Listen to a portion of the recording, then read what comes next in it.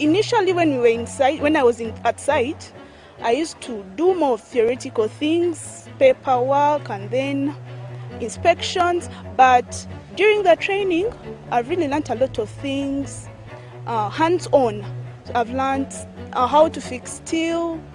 I've learned stone pitching, earthworks, how they are done like from scratch up to when the road comes to surfacing. So I've really learned a lot of practical work and a lot of Chinese. What I've learned most is the teamwork.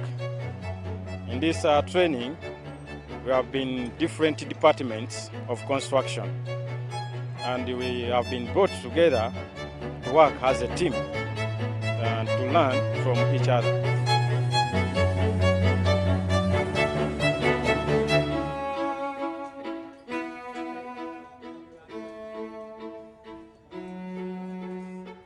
我们要考虑今后，就如何在属地发展得更好，属地企业如何在企业发展得更好、更有持续性，恐怕属地员工的参与度，或者是属地员工的能力，对我们来讲也是非常非常关键的。